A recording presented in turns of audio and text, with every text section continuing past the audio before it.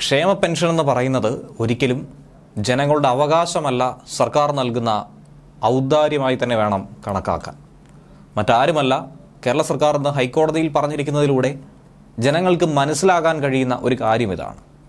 ക്ഷേമ പെൻഷൻ അവകാശമായി കാണാൻ കഴിയില്ല എന്നും അത് സർക്കാരിൻ്റെ ഭാഗത്തു നിന്നുമുണ്ടാകുന്ന വെറും സഹായം മാത്രമാണെന്നാണ് ഹൈക്കോടതിയിൽ സർക്കാരിൻ്റെ നിലപാട്.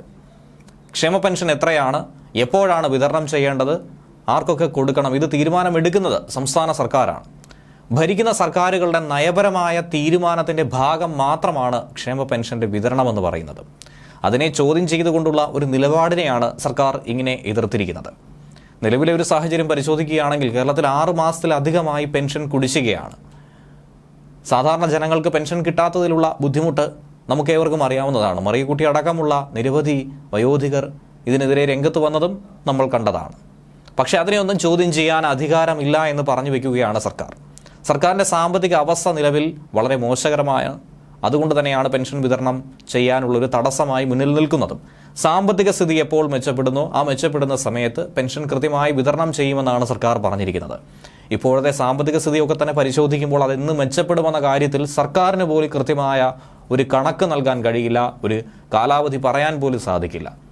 അപ്പോൾ പെൻഷനും അസ്ഥാനത്തായി എന്നാണ് മനസ്സിലാക്കേണ്ടത്. നിയമം അനുശാസിക്കുന്ന പെൻഷൻ ഗണത്തിൽ പെടുന്നതല്ല ക്ഷേമ പെൻഷൻ. ഹൈക്കോടതിയിൽ സമർപ്പിച്ച മറുപടി സത്യവാങ്മൂലത്തിലാണ് ഇത്തരത്തിലുള്ള നിരവധി കാര്യങ്ങൾ സംസ്ഥാന സർക്കാർ പറഞ്ഞിരിക്കുന്നത്. അത് പൊതുജനങ്ങൾക്ക് കൂടി പുതിയ അറിവായി മാറിയിരിക്കുകയാണ്. അതുകൊണ്ട് ഇനി പെൻഷൻ എന്ന് പറഞ്ഞ് സർക്കാരിനെതിരെ കുതിര കയറണ്ട എന്നാണ് സാരം. പെൻഷൻ വിതരണം ഉറപ്പാക്കുന്ന കാര്യത്തിൽ കോടതി ഇടപെടൽ ആവശ്യപ്പെട്ടുകൊണ്ടുള്ള നിരവധി ഹർജികൾ എത്തിയിട്ടുണ്ടായിരുന്നു. അങ്ങനെയുള്ള ഹർജികൾക്കുള്ള മറുപടിയിലാണ് സർക്കാർ ഇക്കാര്യം വ്യക്തമാക്കിയത്. സാമൂഹിക സുരക്ഷാ പെൻഷൻ പദ്ധതിക്ക് വേണ്ടി സെസ് പിരിക്കുന്നു എന്ന് വെച്ച് അത് പെൻഷൻ പദ്ധതിയുടെ കീഴിൽ വരുമെന്ന് ആരും തന്നെ പ്രതീക്ഷിക്കേണ്ട. 2 മാസത്തെ ക്ഷേമ പെൻഷൻ കൂടി ഈ ആഴ്ച വിതരണം ചെയ്യാൻ തീരുമാനിച്ചിട്ടുണ്ട്. അത് ഇന്നു മുതലാണ് ആരംഭിക്കുന്നത്. ക്ഷേമ പെൻഷൻ നൽകുന്ന കാര്യത്തിൽ കേന്ദ്രത്തിൻ്റെ ഭാഗത്തു നിന്നും കൃത്യമായ ഒരു സഹായമോ വേണ്ട രീതിയിലുള്ളൊരു പരിഗണനയോ ഇല്ല. 3 വിഭാഗങ്ങളിലായി പെൻഷൻ കേരളത്തിൽ നൽകി പോരുന്നുണ്ട്.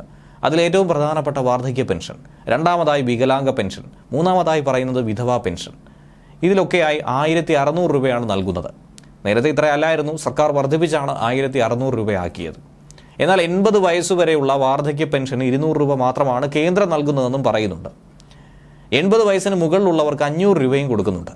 80 വയസ്സിൽ താഴെ പ്രായവും 80% കുറവ് വൈകല്യവുമുള്ളവർക്ക് പെൻഷനിൽ കേന്ദ്രം വിഹിതമൊന്നും തന്നെ നൽകുന്നില്ല എന്നും ചൂണ്ടിക്കാണിക്കുന്നു. സമാനമായി പല പ്രായത്തിലുള്ളവർക്ക് നൽകുന്നത് നേരിയ തുകയാണ്. 40 വയസ്സിൽ താഴെയുള്ള വിധവാ പെൻഷന് കേന്ദ്ര വിഹിതമേ ഇല്ല. 40 മുതൽ 80 വയസ്സുവരെയുള്ള പ്രായപരിധിയിലുള്ളവർക്ക് കേന്ദ്രം 300 രൂപയാണ് പെൻഷൻ കണക്കാക്കി തരുന്നത്. 80 വയസ്സിന് മുകളിലുള്ള വിധവാ പെൻഷന് കേന്ദ്രം 500 രൂപ കൊടുക്കുന്നുണ്ട്. ഈ 3 പെൻഷനുകളും കൂടാതെ 3 ലക്ഷം കാർഷിക തൊഴിലാളികൾക്കും 50 വയസ്സിന് മുകളിൽ പ്രായമുള്ള 76,000 ആയിട്ടുള്ള അവിവാഹിതരായിട്ടുള്ള സ്ത്രീകൾക്കും 1600 രൂപ വീതം മാസം പെൻഷനായി നൽകുന്നുണ്ട്.